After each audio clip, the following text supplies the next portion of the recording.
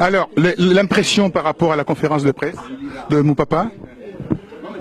Mais c'était un candidat déclaré, pas encore confirmé. Il faudra attendre la réalité des choses. C'est-à-dire quand les élections auront lieu, ce qui n'est pas évident. Si elles ont lieu, est-ce qu'il sera retenu? Ce n'est pas encore évident. S'il est retenu et s'il sera élu, ce n'est pas évident non plus. Donc il y a plusieurs, n'est-ce pas, obstacles. Il y a plusieurs questions qui demeurent sans réponse, mais il a au moins l'avantage, le courage de se positionner et de se déclarer publiquement. Donc pour le moment, il n'y a pas encore de commentaires. Il faut attendre parce que nous sommes en plein inconnu. Vous êtes assez pessimiste par rapport à la RDC aujourd'hui et pourtant il y a l'enrôlement, on voit l'enrôlement. Dites-moi, pour vous, c'est une mise en scène? Je ne suis pas assez pessimiste, je suis totalement pessimiste. Je ne crois pas que les élections auront lieu, ni les élections législatives, ni l'élection présidentielle, ni cette année, ni en 2018, ni jamais. Je ne crois pas qu'il y aura... Quel est l'élément qui vous fait croire à cela, enfin l'indicateur? L'indicateur, c'est que le pays est occupé militairement et ethniquement. Je suis désolé, mais il y a 545 officiers Tutsis rwandais dans les FARDC. Il y a 545 officiers Tutsis rwandais dans les FARDC et pas un seul officier Hutu rwandais. Notre pays est occupé militairement et ethniquement. On veut organiser l'élection. En France, la France a été occupée par l'Allemagne. Les troupes allemandes ont marché sur la France pendant 5 ans. De Gaulle n'a pas organisé l'élection en 1945. On chasse l'occupant par les armes et non pas par l'élection.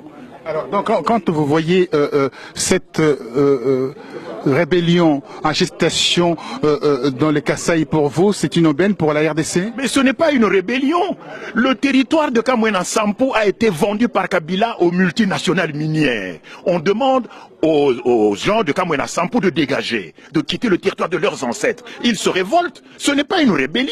J'ai suivi les commentaires des médias belges ici. Comment la Belgique, qui est censée être la puissance qui connaît le mieux le Congo, peut laisser les médias belges raconter qu'il y a une rébellion sur Kamwena Sampo? C'est des gens qui se battent pour conserver leur terre, la terre de leurs ancêtres, dont on veut les chasser pour aller les installer on ne sait pas où, parce qu'on a découvert de riches gisements de diamants dans la terre de Kamwena Sampo, et ce sont les multinationales qui sont derrière et personne n'en parle. On parle d'une rébellion, il n'y a jamais de rébellion là-bas.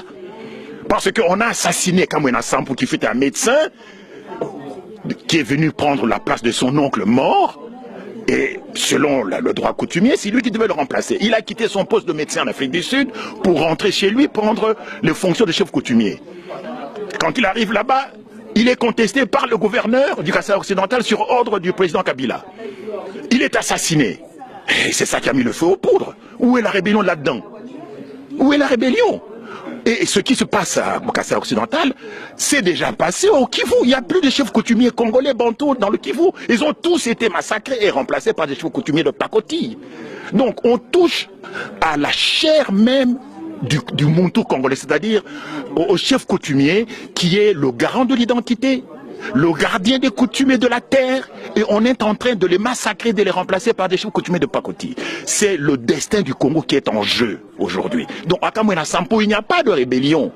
C'est tout simplement une manœuvre orchestrée par les multinationales qui ont confisqué les terres de Kamwena Sampo, parce qu'on a trouvé des gisements de diamants, et maintenant qui veut déplacer la population pour les installer, je sais pas, en Angola.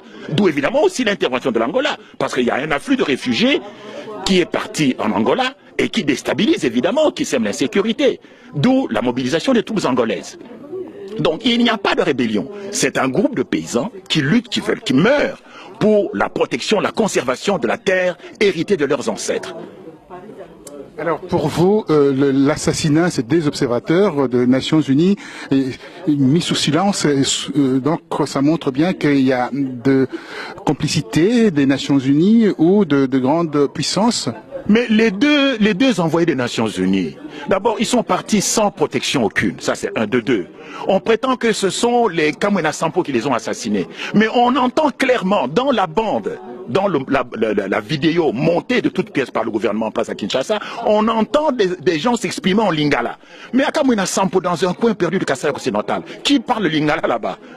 Donc, il est de toute évidence, ce sont des gens qui ont été habillés en civil mais c'était des militaires habillés en civil qui ont commis ce double assassinat.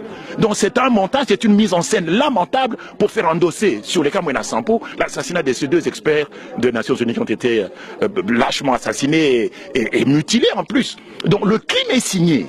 Le crime est signé, mais jusqu'à présent, jamais il n'y a eu de problème là-bas depuis que le Congo est indépendant. On n'a jamais eu de problème de ce côté-là. Pourquoi brusquement ce problème surgit? Il vient d'où? D'où vient ce problème? C'est tout simplement parce que les multinationales minières veulent s'emparer de ces terres. Le gouvernement à Kinshasa, le ministre des Mines, a déjà vendu les terres de Kamwena Sampo. On veut déplacer la population de Kamwena Sampo qui résiste, qui refuse et qui se bat et qui meurt. Et ça, c'est un droit inaliénable. Ces gens vivent sur la terre de leurs ancêtres et ils sont prêts à mourir pour conserver la terre de leurs ancêtres. C'est tout. Et les Nations Unies n'ont pas compris. La MONUSCO est présente. Pourquoi la MONUSCO n'est pas partie elle-même? Pourquoi faire venir des gens venus on ne sait pas d'où? Des jeunes gens d'une vingtaine, une trentaine d'années qui ne connaissaient rien des réalités congolaises. Parce que les gens ne se rendent pas compte que le Congo est confronté à une crise de nature ethnique. Alors, si vous traitez une crise ethnique avec des solutions politiques, vous pouvez nous définir un peu cette crise en un mot? Mais c'est que aujourd'hui, le Congo est sous une occupation ethnique. Dans les FARDC, il y a 545 officiers Tutsis rwandais. Kabila est un Rwandais. Ce n'est